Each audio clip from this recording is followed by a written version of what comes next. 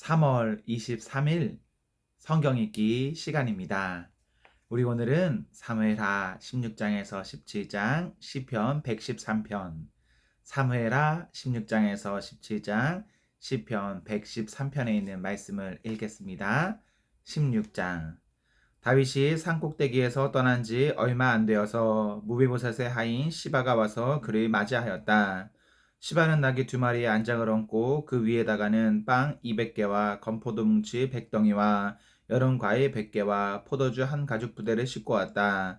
왕이 시바에게 물었다. 내가 무엇 때문에 이것을 가지고 왔느냐? 시바가 대답하였다. 이 나귀들은 임금님의 가족들이 타고 빵과 여름 과일은 신하들이 먹고 포도주는 누구나 광야에서 기진할 때에 마시고 이렇게 하시라고 가져왔습니다.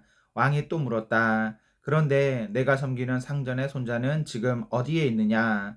시바가 왕에게 대답하였다. 그는 지금 예루살렘에 머물러 있습니다. 이제야 이스라엘 사람이 자기 할아버지의 나라를 자기에게 되돌려 준다고 생각하고 있습니다. 왕이 시바에게 말하였다. 무비보셋의 재산을 내가 모두 가져라. 시바가 대답하였다. 임금님의 은혜에 감사드립니다. 언제나 임금님의 은총을 입는 몸이 되기를 바랍니다. 다윗 왕이 바울임 마을에 가까이 이르렀을 때에 갑자기 어떤 사람이 그 마을에서 나왔는데 그는 사울 주발의 친척인 게라의 아들로서 이름은 시므이였다. 그는 거기에서 나오면서 줄곧 저주를 퍼부었다. 다윗 왕은 모든 부하와 모든 용사가 좌우에 서서 왕을 호위하고 가는데도 그는 다윗과 그의 모든 신하에게 계속하여 돌을 던졌다. 시므이가 다윗을 저주하여 말하였다. 영영 가거라. 이 피비린내 나는 살인자야. 이 불안당 같은 자야. 내가 사울의 집안 사람을 다 죽이고 그의 나라를 차지하였으나 이제는 주님께서 그 핏값을 모두 너에게 갚으신다. 이제는 주님께서 이 나라를 너의 아들 압살롬의 손에 넘겨주셨다. 이런 형벌은 너와 같은 살인자가 마땅히 받아야 할 재앙이다. 그러자 수리아의 아들 아비새가 왕에게 아뢰었다. 죽은 개가 높으신 임금님을 저주하는데 어찌하여 그만 보고만 계십니까? 제가 당장 건너가서 그의 머리를 잘라버리겠습니다. 왕은 대답하였다. 수리아의 아들아, 나의 일에 너희가 왜 나서느냐? 주님께서 그에게 다윗을 저주하라고 분부하셔서 그가 저주하는 것이라면 그가 나를 저주한다고 누가 그를 나무랄 수 있겠느냐? 그런 다음에 다윗이 아비새와 자기의 모든 신하에게 말하였다. 생각하여 보시오. 나의 몸에서 태어난 자식도 나의 목숨을 노리고 있는데 이러한 때에 하물며 저 베냐민 사람이야 더 말해 무엇하겠소. 주님께서 그에게 그렇게 하라고 시키신 것이니 그가 저주하게 내버려 두시오. 혹시 주님께서 나의 이 비참한 모습을 보시고 오늘 시므이가 한 저주 대신에 오히려 나에게 좋은 것으로 갚아주실지 누가 알겠소. 다윗과 그 부하들은 계속하여 길을 갔다. 그래도 시므이는 여전히 산비탈을 타고 다윗을 따라오면서 저주하며 그 곁에서 돌을 던지고 흙먼지를 뿌렸다. 왕과 그를 따르는 온 백성이 요단강에 이르렀을 때에 그들은 매우 지쳤으므로 거기에서 쉬면서 기운을 되찾았다. 압살롬은 그를 따르는 이스라엘 백성의 큰 무리를 거느리고 예루살렘으로 입성하였으며 아히도베도 그와 함께 들어왔다. 그때 다윗의 친구인 아렉 사람 후세가 압살롬을 찾아와서 압살롬을 보고 임금님 만세, 임금님 만세 하고 외쳤다. 그러자 압살롬이 후세에게 물었다. 이것이 친구를 대하는 그대의 우정이요. 어찌하여 그대의 친구를 따라서 떠나지 않았소? 후세가 압살롬에게 대답하였다. 그렇지 않습니다. 오히려 저는 주님께서 뽑으시고 이 백성과 온 이스라엘 사람이 뽑아 세운 분의 편이 되어서 그분과 함께 지낼 작정입니다. 제가 다른 누구를 또 섬길 수 있겠습니까? 당연히 부왕의 아드님을 섬겨야 하지 않겠습니까? 그러므로 제가 전에 부왕을 섬길 것과 같이 이제는 임금님을 섬기겠습니다. 압살롬이 아히도벨에게 물었다. 이제 우리가 무슨 일부터 해야 될지 의견들을 내어 보시오. 아히도벨이 압살롬에게 말하였다. 부왕이 왕궁을 지키라고 남겨둔 후궁들과 동침하십시오. 이렇게 임금님께서 부왕에게 미움을 받으리를 하였다는 소문을 온 이스라엘이 들으면 임금님을 따르는 모든 사람이 더욱 힘을 낼 것입니다. 그리하여 사람들이 옥상 위에 압살롬이 들어갈 장막을 차려주니 온 이스라엘이 보는 앞에서 압살롬이 자기 아버지의 후궁들과 동침하였다. 사람들은 아히도벨이 베푸는 모략은 무엇이든지 마치 하나님께 여쭈어서 받은 말씀과 똑같이 여겼다. 다윗도 그러하였지만 압살롬도 그러하였다. 17장. 아히도벨은 압살롬에게 또 이와 같이 말하였다. 부디 내가 12,000명을 뽑아서 출동하여 오늘 밤으로 당장 다윗의 뒤쫓도록 허락하여 주십시오. 그가 지쳐서 힘이 없을 때에 내가 그를 덮쳐서 겁에 질리게 하면 그를 따르는 모든 백성이 달아날 것입니다. 그때에 내가 왕만을 쳐서 죽이면 됩니다. 그렇게만 되면 내가 온 백성을 다시 임금님께로 돌아오게 할 수 있습니다. 아내가 남편에게 돌아오듯이 백성이 그렇게 임금님께로 돌아올 것입니다. 임금님께서 노리시는 목숨도 오직 한 사람의 목숨입니다. 나머지 백성은 안전할 것입니다. 압살롬만이 아니라 이스라엘의 모든 장로도 이 말을 옳게 여겼다. 그러나 압살롬은 아렉 사람 후세도 불러다가 그가 하는 말도 들어보자고 하였다. 후세가 압살롬에게 오니 압살롬은 그에게 아히도벨이 한 말을 일러주고서 그 말대로 해야 할지 말아야 할지를 묻고 또 다른 의견이 있으면 말하라고 하였다. 후세는 압살롬에게 아히도벨이 베푼 모략이 좋지 않다고 말하고 그 까닭을 설명하였다. 임금님의 부친과 그 신하들은 임금님께서 잘 아시는 바와 같이 용사들인데다가 지금은 새끼를 빼앗긴 들녘의 곰처럼 무섭게 화가 나 있습니다. 더구나 임금님의 부친은 노련한 군인이어서 밤에는 백성들과 함께 잠도 자지 않습니다.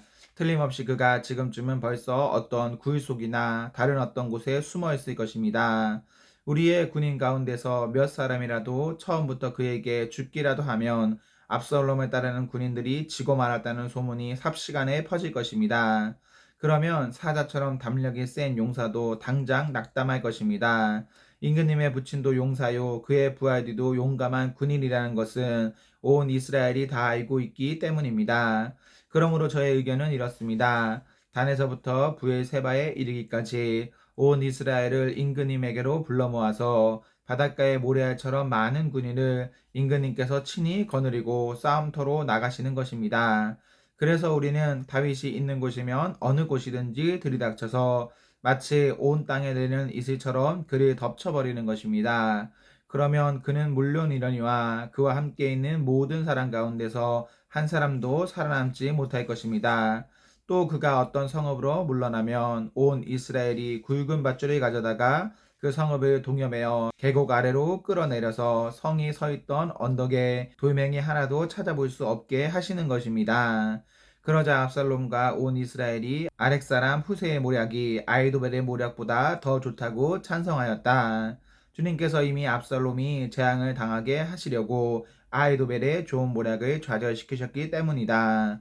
후세는 곧 사독 제사장과 아비아달 제사장에게 아히도벨이 압살롬과 이스라엘의 장로들에게 어떤 모략을 베풀었는지 그리고 자기가 또 어떤 모략을 베풀었는지를 알리고서 다음과 같이 말하였다. 이제 빨리 다윗 왕께 사람을 보내서 오늘 밤을 광야의 나루터에서 묵지 마시고 빨리 강을 건너가시라고 전하십시오. 그렇지 않으면 임금님만이 아니라 임금님과 함께 있는 백성까지 모두 전멸을 당할 것입니다.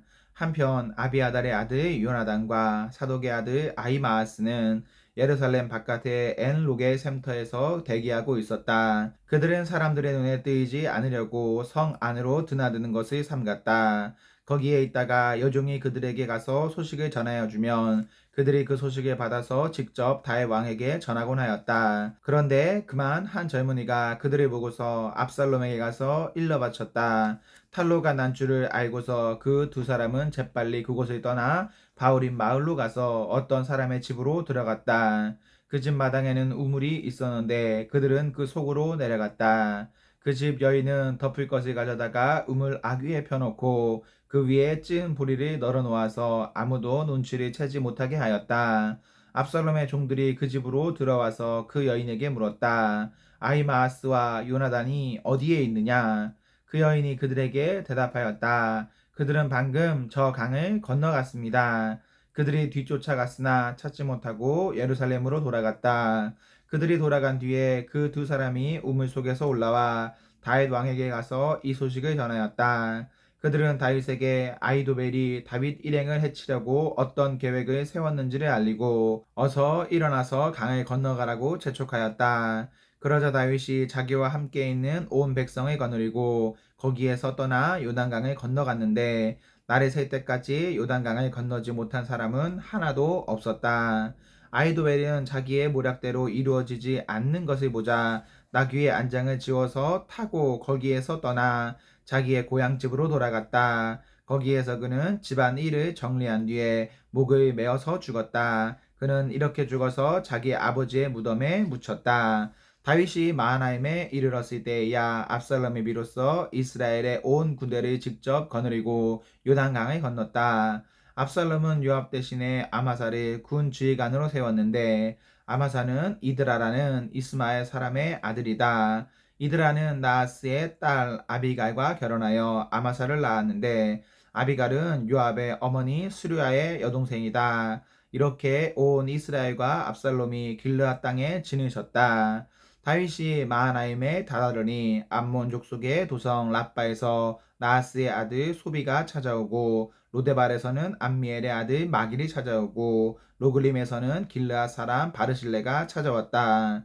그들이 침대와 이부자리와 대야와 질그릇도 가지고 오고 밀과 보리와 밀가루와 북극공식과 콩과 팥과 볶은 씨도 가지고 왔다. 그들은 그 많은 사람이 광야에서 굶주리고 지치고 목말랐을 것이라고 생각하고서 꿀과 버터와 양고기와 치즈도 가져다가 다윗과 그를 따르는 사람들에게 주었다. 시편 113편. 할렐루야. 주님의 종들아 찬양하여라. 주님의 이름을 찬양하여라. 지금부터 영원까지 주님의 이름이 찬양을 받을 것이다. 해 뜨는 데서부터 해 지는 데까지 주님의 이름이 찬양을 받을 것이다. 주님은 모든 나라보다 높으시며 그 영광은 하늘보다 높으시다. 주 우리 하나님과 같은 이가 어디에 있으랴.